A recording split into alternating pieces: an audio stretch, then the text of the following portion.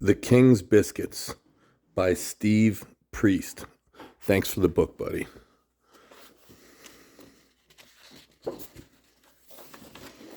So it looks like all work was done by Steve Priest. Book written for Josh. Once upon a time, there was a king, and biscuits were his favorite thing. He ate them morning, noon, and night. He had a greedy appetite. He's thinking about biscuits all day long. But then, one day, the queen walked in. No biscuits in the biscuit tin. Oh, she's kind of freaking out a bit there. She told the king, whose sad face frowned. He called the knights of Table Round. No biscuits. Oh, crumbs.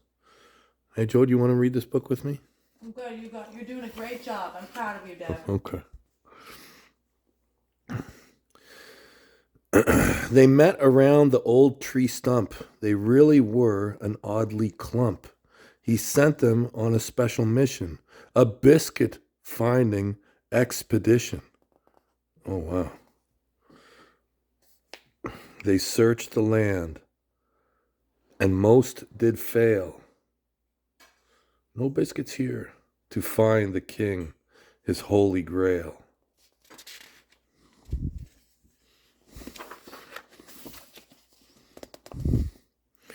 The best of all, the knights were three, a finer bunch you'll never see. A lion, a fox, and a mouse. They heard about a dragon's treasure with lots of biscuits for its pleasure. The three took turns to try their hand for fame and fortune in the land. You'd think that they'd try all at once, really. That might have been better. The first to dare the dragon's den was quiet as a mouse. The dragon had the best of ears. Oh, no, that dragon was quiet as a mouse. It crept Sir Squeak. In crept Sir Squeak, and sneak, sneak, sneak, he searched about the house. Oh, looks like he had some temptations along the way. The dragon had the best of ears and heard a sneaky sound.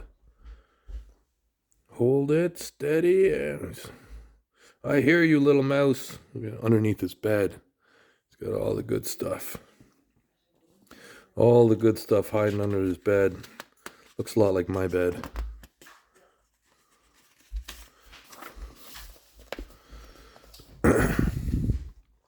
It gave the knight an awful fright. Back home he leapt and bound. They almost got burned up. The next to face the dragon's might was brave. She was a lion. She liked to use the lance a lot and charged with strength of iron. Let's go get those biscuits.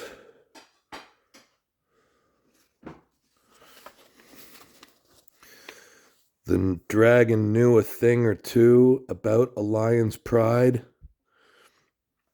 It danced out of the way and smiled. Its grin grew great and wide. The lady of the lance flew past. She couldn't win this game, so off she went. To bed she ran to go and hide her shame. This dragon is rocking a total dad bod. It's what peak athletic performance looks like.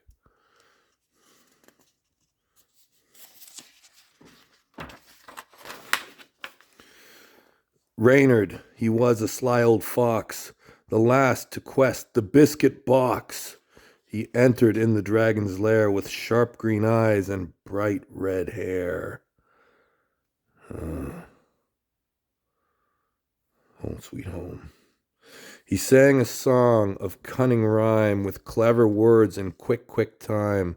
The tune it was of counting sheep, a song to send the beast to sleep. Sleepy, go to sleepy, to sleep.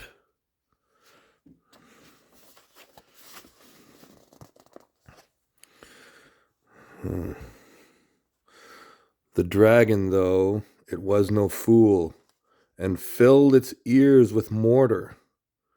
It grabbed the knight, then took flight and dropped him in the water.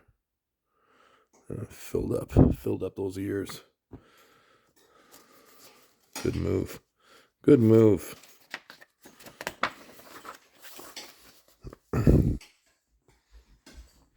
The knights had failed in their big test, although they gave their very best.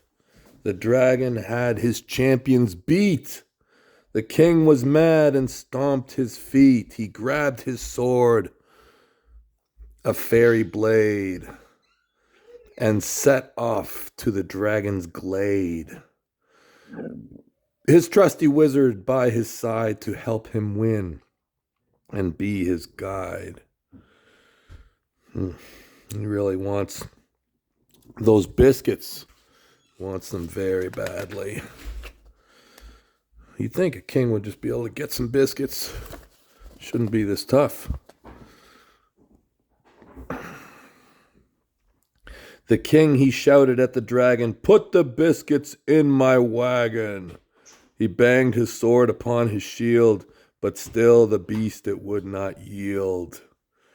"Give me the biscuits." No, chomp. The beginning of an epic battle. Hey, but you're really missing out here. Oh man, I know.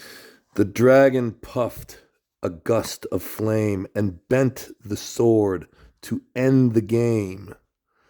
Your silliness is quite absurd. You have to say the magic word. Hey, what do you think the magic word is? Abracadabra, alakazam. I've tried all the words a good king can. Nothing is working. Keep trying, sire. The wizard whispered in his ear a special word the king did hear. Oh.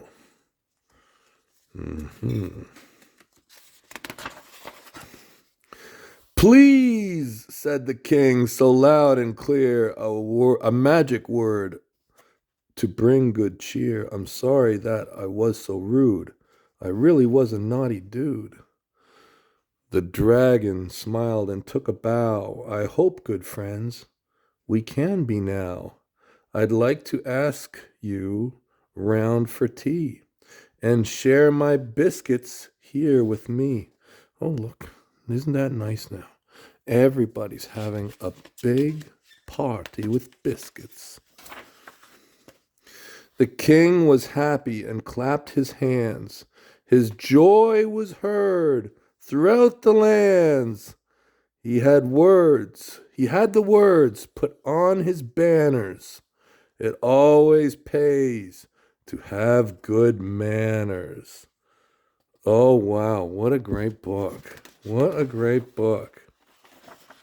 So nice, so nice. The end. Oh, see, the raw cook. He could have just baked some biscuits. Well, I hope you guys liked that as much as I did. Thanks so much, Steve. Good stuff. Have a great day, everybody.